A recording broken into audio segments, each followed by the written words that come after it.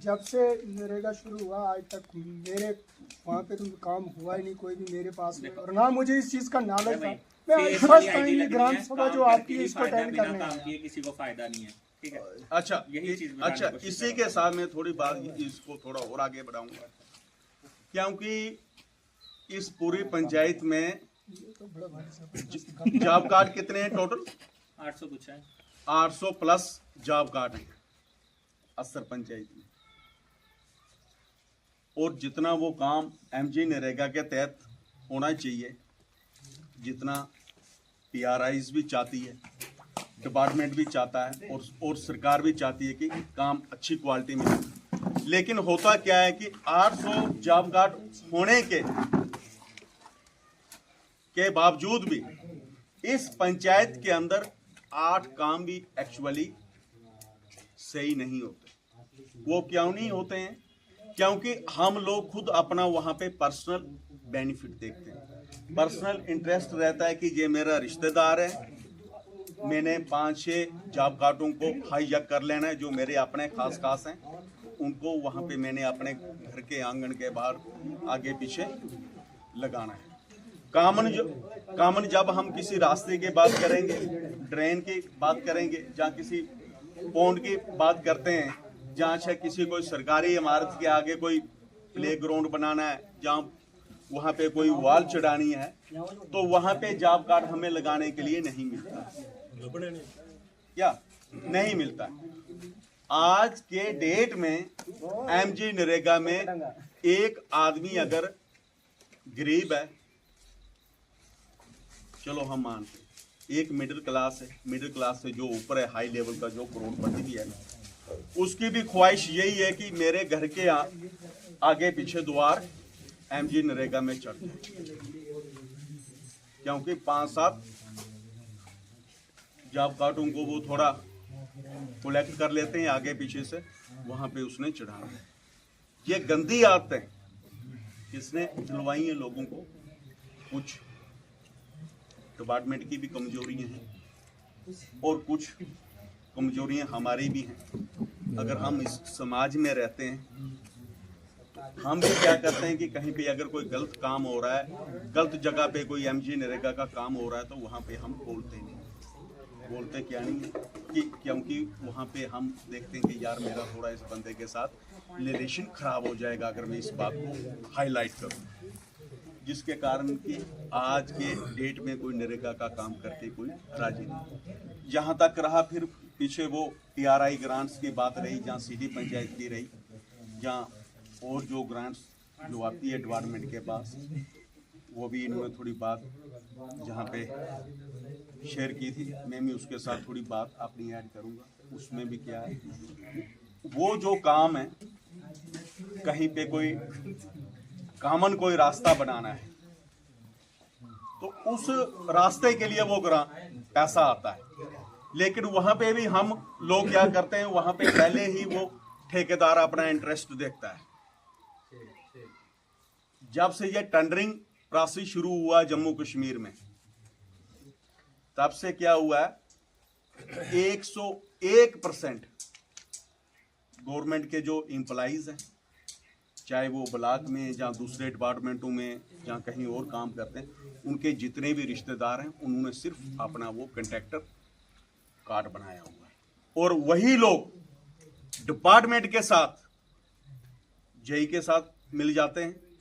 वो काम अगर हमने रखाया है तो वो गवर्नमेंट का एम्प्लॉइज होता है और उसने अपने रिश्तेदार के नाम का कार्ड बनाया है, वो उस जेई के साथ राब्ता करेगा, तुरंत जाकर वहाँ उसकी वो डीपीआर तैयार हो जाती है रातों रात, और उस मोहल्ले के, उस वार्ड के, उस पंचायत के बाकी लोगों को पता ही नहीं होता है कि यहाँ पे कोई टाइल वर्क आया है, कोई कॉमन वर्क आया है, जहाँ कोई स्कूल की कोई सरकारी कोई अदारा है तो उसकी कोई इमारत बननी है, उसका कोई हमने कोई काम रखा है, किसी को कोई पता नहीं होता है। पता हमें तब लगता है जब वो टेंडर उसका अलाट हो जाता है। आजी फलाना एम्प्लॉइज है तो उसके फलाना रिश्तेदार, उसका वो ठेकेदार है तो उसको ये काम अलाट हो गया, वहां पे भी फिर हम बोलते नहीं।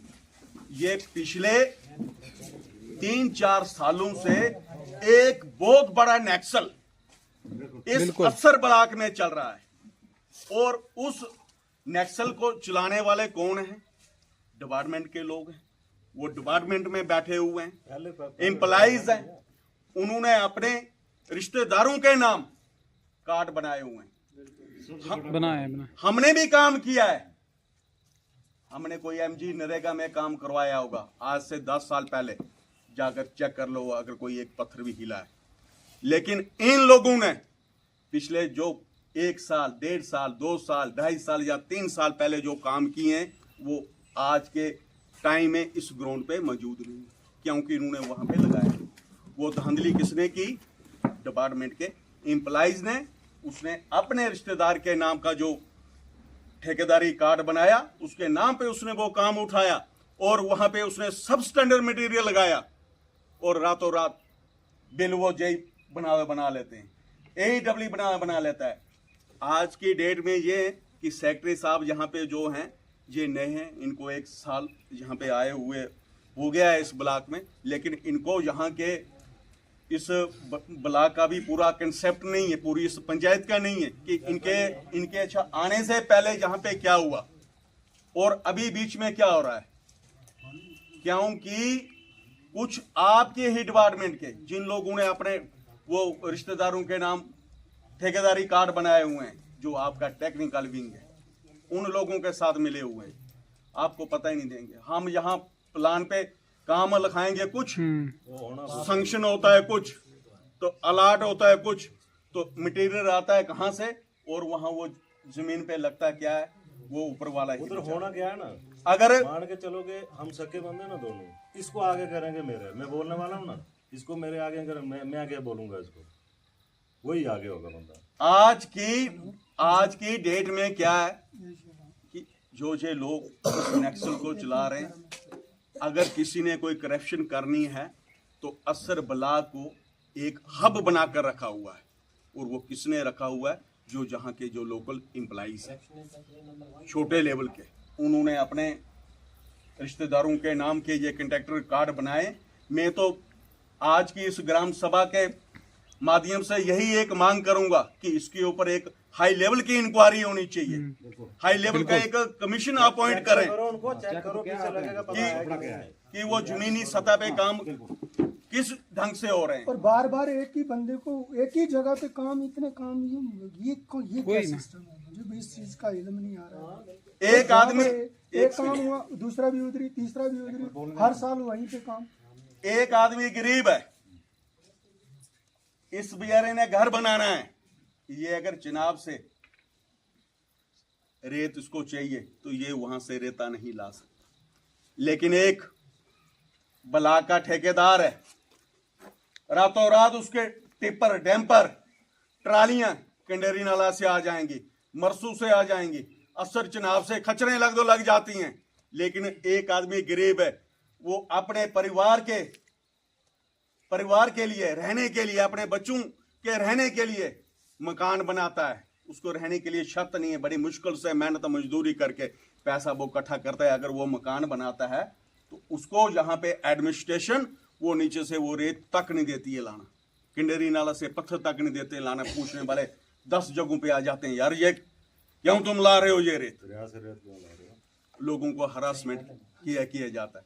इतना बड़ा नक्सल यहाँ पे चल रहा है। वो चलाने वाले ज्यादा लोग नहीं है, सिर्फ 5-6 लोग हैं इस ब्लॉक के अंदर, और बहुत बड़ा नक्सल चला रहे हैं। जहां तक वेंडर का सवाल रहा, जब से ये एमजी नरेगा शुरू हुई है, मैं पूरे देश की बात नहीं करूंगा, पूरे जम्मू कश्मीर की बात नहीं करूंगा, डिस्ट्रिक्ट डोडा की बात नहीं करूंगा, मैं सिर्फ इस असर ब्लॉक की बात करूंगा और स्पेशली बात करूंगा इस पंचायत की। और तब से लेकर आज दिन तक जितने भी ये वेंडर्स जो रखे गए इस पंचायत के अंदर, उन्होंने एक भी बेनिफिशियरी को 1 रुपया भी नहीं दिया।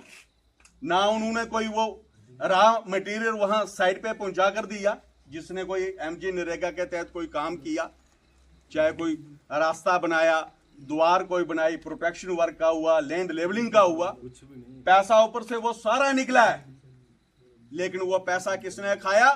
3 लोगों ने। एक कुछ खाया उस वेंडर ने, एक वो टीए जेई, और एक जो सेक्रेटरी का राइट हैंड था पंचायत के अंदर, जीआरएस। सेक्रेटरी साहब काम लिखेंगे कुछ, जीआरएस साहब आ जाते हैं, वो अप्रूवल दिखाते हैं कुछ और। ये अच्छा काम प्लान में नहीं था, ये तो डिमांडें पकड़ लेते हैं, क्योंकि इन्होंने पंचायत के अंदर 70-70, 80-80, 100-100 लोगों को हाईजैक करके रखा हुआ है। उनके जॉब कार्ड इनके जेब में, जहां मर्जी है वहां जे काम लगाएंगे, उठाएंगे, करेंगे। लेकिन एक कॉमन जो मैन है, जिसको एमजी नरेगा की जरूरत है, काम की जरूरत है, वो आदमी इस समय सफर हो रहा है, क्योंकि वहां पे 2 लोगों का डिस्प्यूट चल रहा है, एक उस जॉब कार्ड होल्डर का और दूसरा जिसने वो काम करवाना है। करवाने वाले के पास जॉब कार्ड नहीं है।